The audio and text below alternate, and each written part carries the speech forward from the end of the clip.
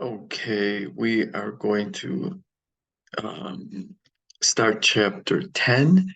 And again, there is no chapter 10 test, but components of chapter 10 will appear on your final exam.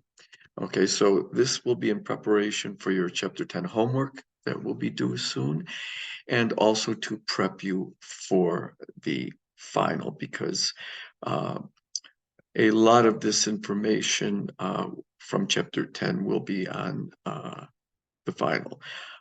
So let's take a look. So chapter 10 deals with la vida profesional, with the profession. So talking about your jobs. Are you a lawyer, a doctor, an architect, an employee of a business, a social worker? So we want to get familiar with that sort of vocabulary. And you're going to have some readings or listening sections where people will talk about their professions or professional interactions, and you're going to have to answer some questions. So just make sure that you're familiar with the vocabulary, that you recognize it. So let's start out here and move on quickly to the first section, comunicación. We'll look at comunicación, then we'll look at vocabulary, and then finally the estructura or grammar. So again, here are here's some language that could be used in a professional setting, in a job setting, and it's entitled here "a sus órdenes," literally at your orders or at your service. Okay, at your service. An employee may say that to somebody at work, that supervisor for at your service, a sus órdenes. Again, this isn't major stuff, but let's take a quick look at it. Now, if you want to request something in Spanish, you can use the a form of querer, the verb to want or desire, and you can use quisiera. It's the past subjunctive, and quisiera is a polite way of saying I would like, or would you like, okay? And so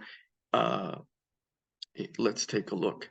You use quisiera with the infinitive. So whatever you're asking somebody, would they like to have something or eat something or drink something, you use it with the verb infinitive.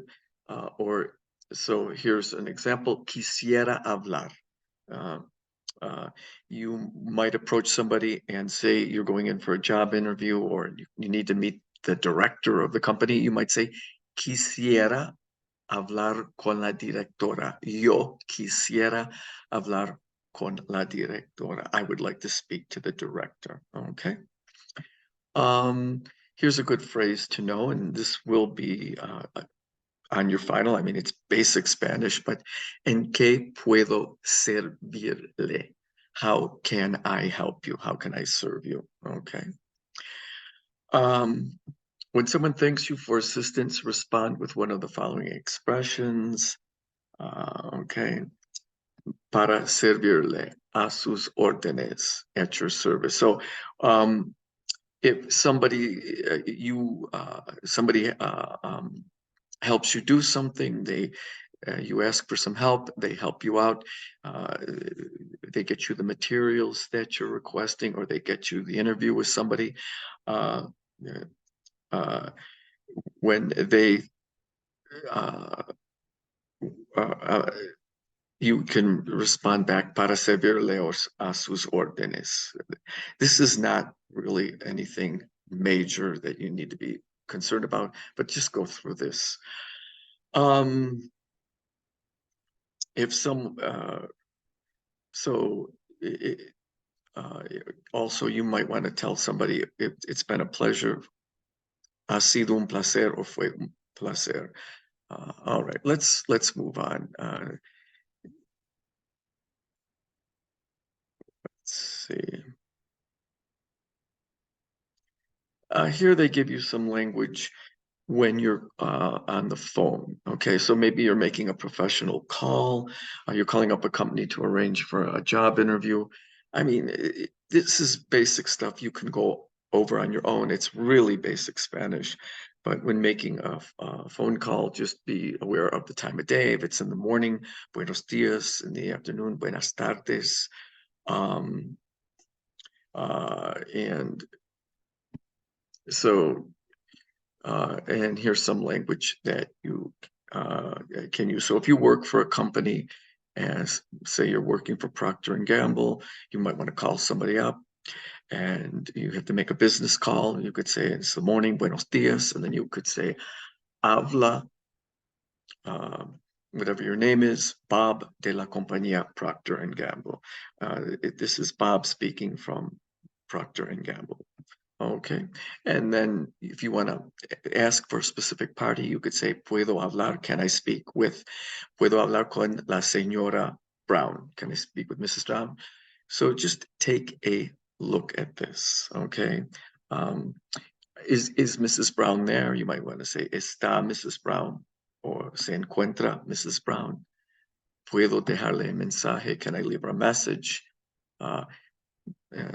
If you're say you're not fluent in Spanish and you're speaking Spanish, you might want them to speak more slowly as they're giving you the information about Mrs. Brown. Más despacio, por favor. And then you would take leave with a gracias. And then they give you the language for answering a phone. So you're at a business, say you're the administrative assistant, you work at Procter and Gamble, there's a phone call comes in, it's the morning, you say buenos dias, and then you might want to ask who's calling. And the way they do that is de parte de quién. You hear this all the time. And then they will say, oh, we want to speak with Mr. Brown. And then you would say, un momento, por favor, just a moment. And then you would tell him whether he's there or not. In this case, he's not there. So you would say, no está en este momento. And then, le quiere dejar un mensaje. Would you like to leave him a message? All right. And then you would also ask the person, ¿cuál es su nombre y su número de teléfono? What is your name and telephone number? All right. And take a look at this. And it's just going through a possible conversation that an assistant answering a phone might have with somebody calling in, trying to locate an employee. Okay. Real basic stuff. Just get familiar with it. And you can do some of the exercises here in Comunicación.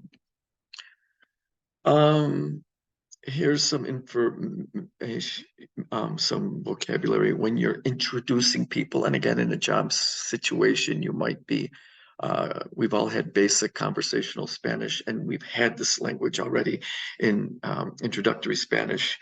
But quiero presentarle, I want to introduce you to. Take a look at that. How do you respond when you're introduced? Mucho gusto, encantado, es un placer. Please take a look at that, okay? Because you will have a conversation possibly in an employee professional setting, and you should be able to follow that vocabulary. It's very basic. I don't want to really spend any more time on that, but make sure you go through that section of comunicación.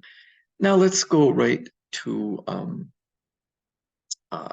the vocabulary. This chapter deals with the professions, jobs, and so again, you're going to be asked questions. You're either going to read sections and have to answer questions, or you're going to hear something spoken and answer questions about people in a job setting describing their work. So make sure that you know the different professions, okay? Many are cognates with English, but so again, the vocabulary will be las profesiones, professions, y los oficios, careers. And another word for career is carrera. And here are different words that would be used in a professional setting. First of all, there's some professions like el fotógrafo is a photographer. La directora de marketing, obviously the marketing director. La diseñadora gráfica, a graphic designer. Here's an executive, la ejecutiva. If it were male, it would be el ejecutivo. Here's the asistente administrativo or secretario, secretary. Here we have an architect, arquitecta, man, arquitecto. The word for employee, empleado. Gerente is the manager, the manager. And more terms, el bloguero, maybe you make your living writing blogs. He's a bloguero. Here is an engineer, ingeniera, and if it's a male, el ingeniero. Okay, la programadora, a computer programmer. A real estate agent would be el agente de bienes raíces. Real estate is our bienes raíces. It's Spanish it's plural in Spanish. Bienes raíces literally means good roots, but it's actually real estate. So the realtor is el agente de bienes raíces. Here's un agente de seguros. Seguros are insurance, an insurance agent. Here we're in the court. The judge is la jueza, abogada, female lawyer. El abogado, male lawyer. El bombero, bomba is a pump. El bombero is the firefighter. El policía. Estudiante, cosmetóloga. Okay, a cosmetologist, I guess. El trabajadora social, social worker, el dentista, el enfermero, male nurse, la enfermera, female nurse. Doctor is médico or médica, cirujano. So look through that vocabulary and look through some of these exercises here. And for example, they want you to put in the profession here. So it says saca fotos en bodas y otras celebraciones. So they take pictures at weddings and other celebrations. That would be a fotógrafo. Okay. All right. Organiza reuniones, organizes meetings, toma mensajes, takes messages, ayuda a los empleados de un negocio. They help the employees. So that would be your secretaria or secretario or your asistente administrativo. They kind of help make them. Okay. All right. Diseña edificios. That's going to be an architect. So take a look at these professions. Yeah. All right. And here's some useful verbs. Again, these may come out in on your exam if they give you a little brief reading and you have to answer questions or you listen. So conseguir is to obtain or get a job. To get a job is conseguir un puesto de trabajo, to get a job. Contratar is to hire or contract. Entrevistar is to interview. To be ready or available is estar dispuesto, dispuesta. To prepare your resume, preparar un currículum. And to apply for work is solicitar empleo or trabajo. Okay. So take a look at some of these questions here and let's move on. Okay. So here's a section, la tecnología en el lugar de trabajo. Look at this language. You will be questioned on this.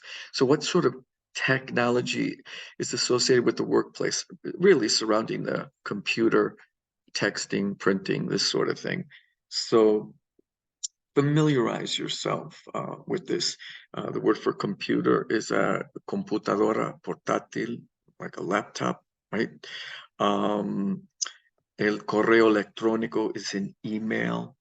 Okay, they give you the body of an email. Okay, you have the greeting as saludo. You have the body of the email, and you have the despedida, your how would you finish your email with atentamente, possibly. It's not necessary, but we're very informal usually with our emails. We have the computer here. Here's a scanner, a scanner. Here's the imprinter, impresora, words that you need to know. Tablet, la tableta, you might have a computadora portátil or a tablet.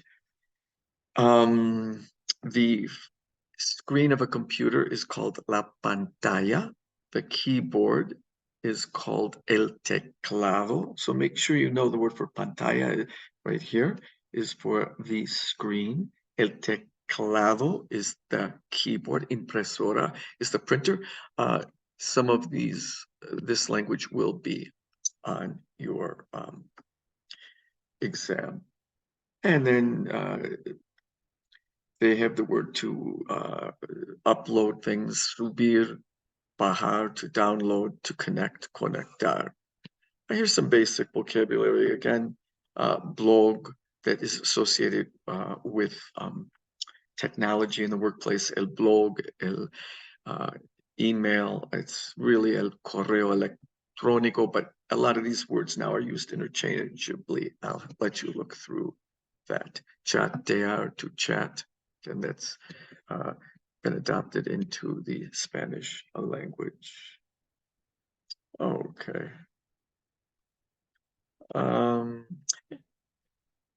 Let's see.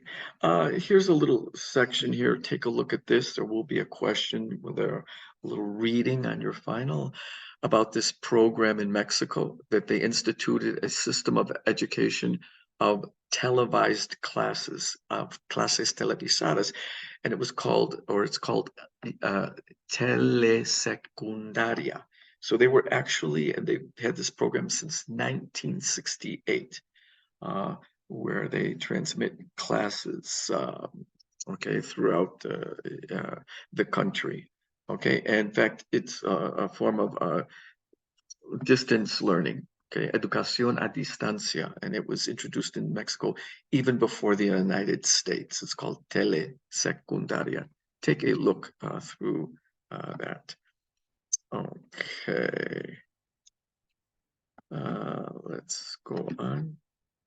And then we have estructura. The first section of estructura is here, okay, and it's 10.1. And it's the relative pronoun que. And again, this we've already had in basic Spanish. Que means that, okay? The person that lives down the street, okay? Or that lives on the street. La persona que vive en la calle. All right, so it's the food that I want to eat. La comida que yo quiero comer. It introduces a clause, okay? All right, so que, and then you have your clause. This is not per se tested on, it's just basic commonsensical Spanish, but just take a look at it. So look at the actividades analíticas. La señora vive en esa casa, the woman lives in that house. And then la señora que trabaja en el banco, the woman that works at the bank lives in the house. So just take a look at the connecting word que, okay, the relative pronoun que, and see how it's used. It's just pretty much like in English. Okay. Let me see. And you might want to look at some of the exercises again, dealing with las profesiones. So you feel very comfortable with the different professions, okay? All right.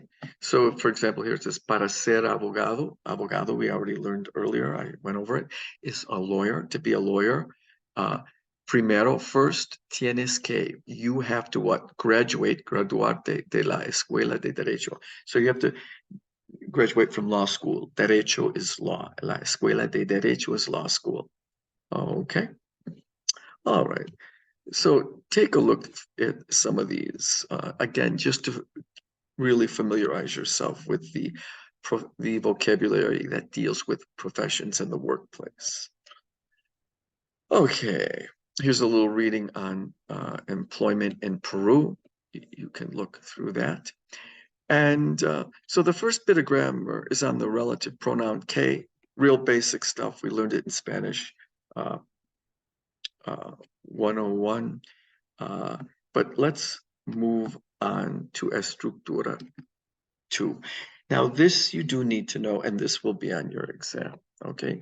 These are the two commands. You need to know how to give a command in two, and this is very simple, okay? So giving a command is when you tell somebody to do something. Eat your dinner.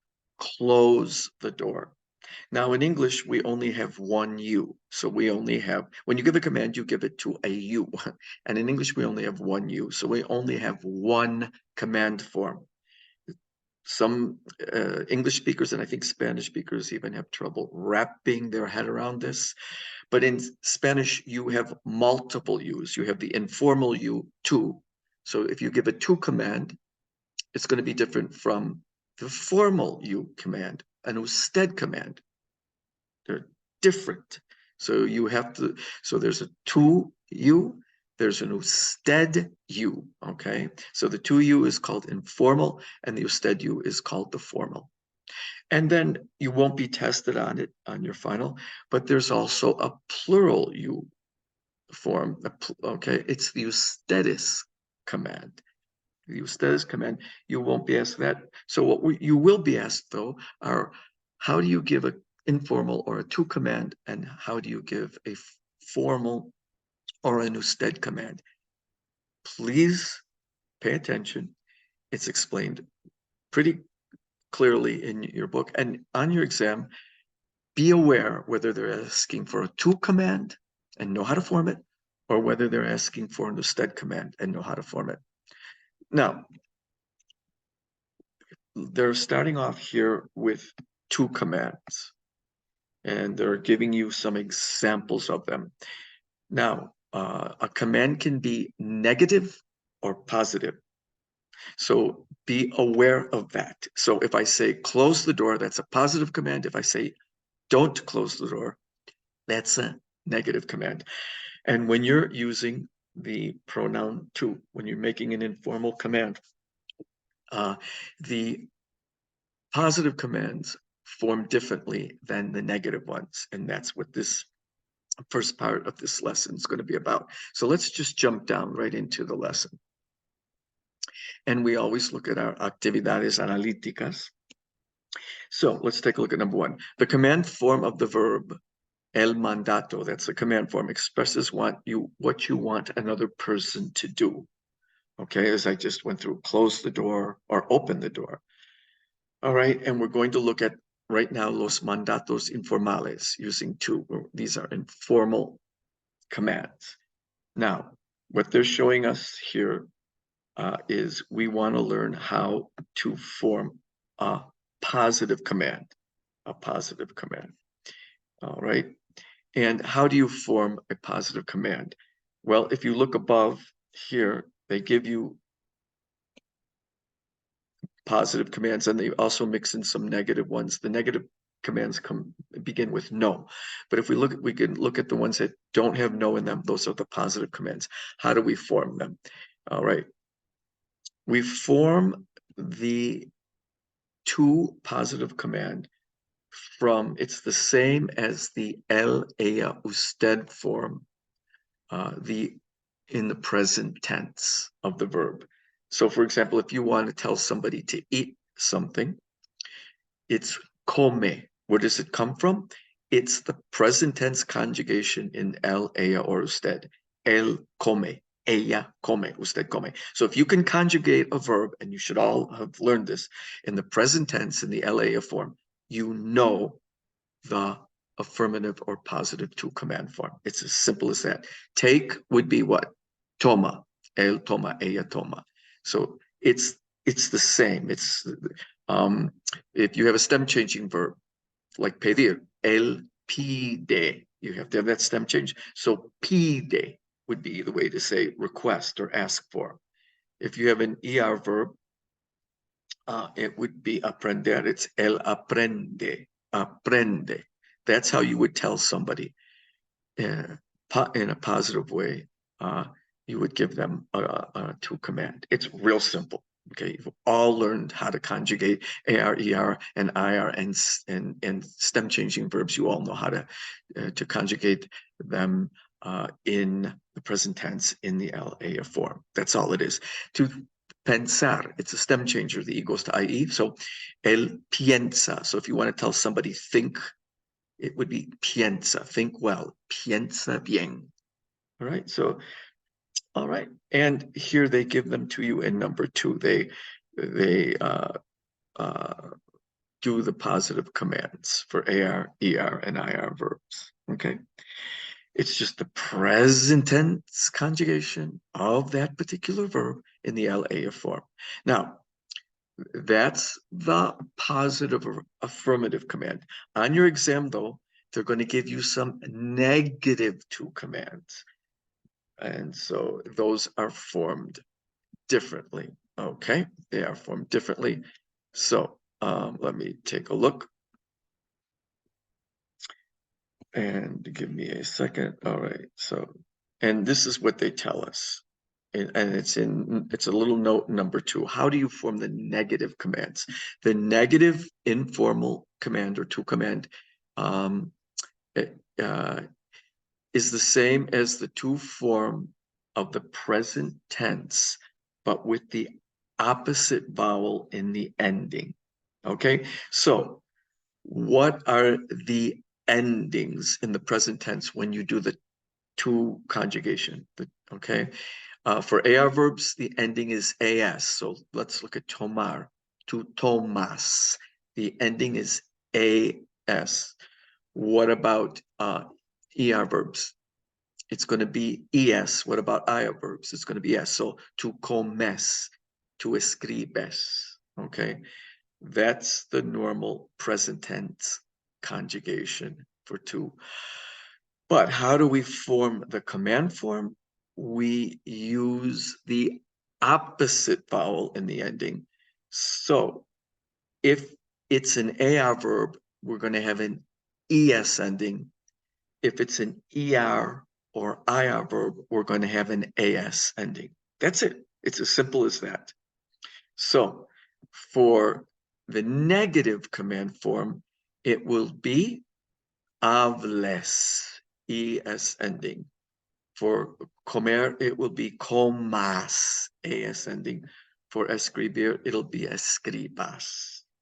Okay, so that is for a negative command. Remember, the positive or affirmative command is just the LA present tense form of the verb, but a negative command will be the it will, if it's an AR verb, it'll end in ES. If it's an ER or an IR verb, it'll end in AS. So furthermore, they tell us when you're dealing with the negative command form and it's a stem changer, you got to have that stem changer in there. So for pensar, it will be pienses. For dormir, it will be duermas. For pedir, it'll be pidas. Here's some orthographic or spelling changes. You can look at that. But let's move on. So now we know how to give an affirmative command using to. It's the LA conjugation in the present tense of the verb. And we know how to give a negative command. If you put a no in your command, all right, what do? We, for the negative commands, we're going to get the to form of the verb, right? And if it's an AR verb, we're going to have an ES ending. If it's an ER-IR verb, we're going to have an AS ending. So don't eat is no comas. Okay. don't take it is no tomes. Don't take it. Okay. Don't eat. No comas. Okay. I don't know. Don't live there. No vivas. Finally, if you're giving an affirmative or a positive to command, certain verbs are irregular. So you don't use the el, a present tense form of the verb. You have to memorize these. And here they are in number 4. Please memorize them. So if you want to tell somebody, say it or say something, it's di. If you want to tell somebody to do something, it's as. Do or make is as. It's not hace, okay? If you want to tell someone to go, it's ve. To put or place, it's pon. To leave, it's sal. Okay, to be good, se. Have is ten, and come here is ven. That's the to positive command form. All right. And let's take a look. So many of these positive command forms are easy to remember because they're simply the stem of the infinitive. Okay, and then they give you, note that ve is the positive command form of ir and ver. The context makes it clear. So ve a tu casa or ve la dirección. Finally, when you are forming a negative command, a negative to command, remember this, and these are the only verbs they're going to give you, but it says verbs that use a G in the stem of the yo form in the present tense, like decir, digo, tener, tengo, venir, vengo, poner, pongo. Okay, here they are. Use this stem change with a G in the negative informal command. So if you're giving a negative to command with decir, hacer, poner, salir, tener, venir, remember to keep the G in there. It doesn't appear here in the infinitive, but you need it. So don't say it or don't tell is no digas. Don't do it is no hagas. Don't put it or place it, no pongas. Don't leave, salir is no salgas. Don't have is no tengas. And don't come is no vengas. Okay, so these are those irregular yo verbs. If you remember them, we learned these. They have a G in the yo present tense conjugation. When you give a negative command with these, you have to keep the G there, okay? And in the case of all these verbs, they all end in ER or IR. They're all going to have an AS ending, okay? So, so it would be yo digo, but if you want it's a two, it's a negative to command, so you have to put that AS ending on no digas. Yo hago, no hagas. Yo pongo, no pongas. Okay, so make sure you're comfortable with that. Do not worry about vos. We have enough to worry about. Let's go to 6. Ir, ser, and ver are irregular. So when you're giving a no command with to go, to be, or to see, here are your 2 commands. No vayas, don't go. Don't be is no seas. And don't look is, or don't watch is no veas. Finally, when you give somebody a command, like you want to tell them to do it or eat it, okay, you attach the pronoun it or your direct object pronoun or indirect object pronoun to the end of the command. So remember the verb hacer. If it's a positive command, if you want to tell somebody to do something, you would say as. It's irregular. So you would say hazlo, do it. Okay. What if you have a reflexive verb like vestirse, to get dressed, or levantarse, to get up? You attached the pronoun, and if you want to tell somebody to get up, you attach the pronoun to the end of the command, levántate. That's all they're telling you when it's a positive command. If it's a -2 command, now you have the no, all right? So don't do it. Now, when you have a negative command, you put the pronoun before the verb, before the conjugated verb. So don't do it as no lo hagas, no lo hagas, but do it as hazlo, okay? Don't get up when you put your pronoun, your reflexive pronoun before the conjugated verb. So no te levantes, don't get up. Okay. So take a look at this. Don't worry about vosotros or ustedes for now. Okay. And do some of these examples using to give commands. Remember, there's a positive or affirmative command, and that's formed how? By using the LA form of the verb, and that's it. Then we have about 8 or 10 irregular affirmative to commands. Make sure you know those. And then finally, when we give a negative command with using to, we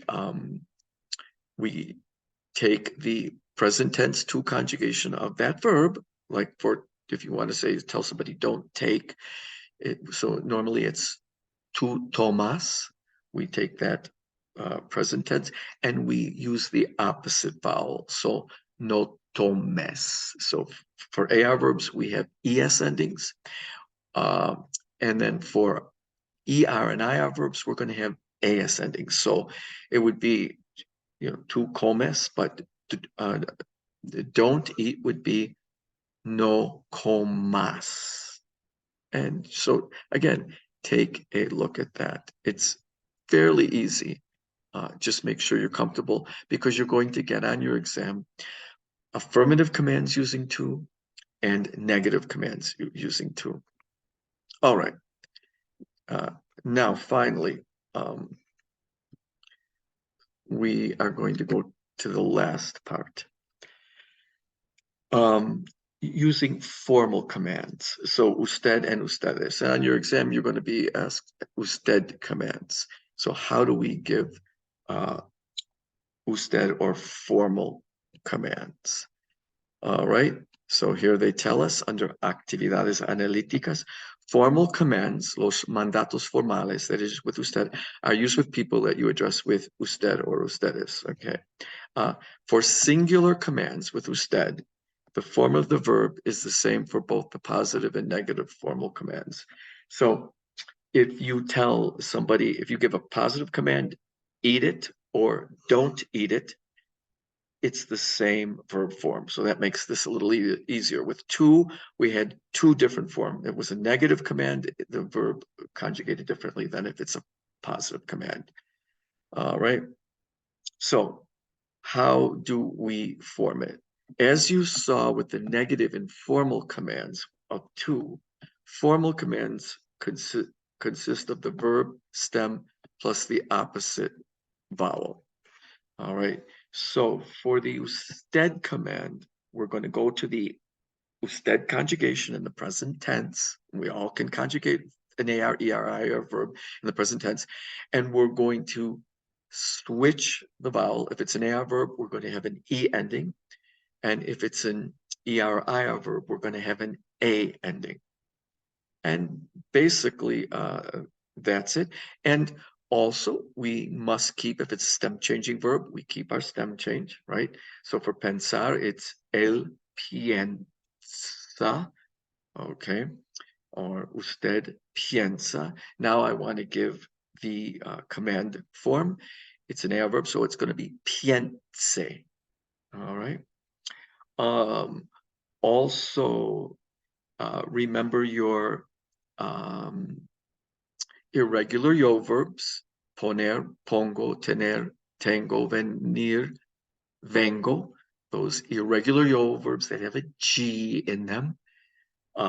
Likewise, when you go to form the command form for usted, you're going to keep the G in there. So if you want to tell somebody to put something somewhere and you're going to use the usted form, you're going to put ponga, ponga. if you want to tell somebody to say something, it's diga. Again, look at the above section where they gave you the 2 command forms, and they have those irregular yo verbs. You may have a few of those on your exam.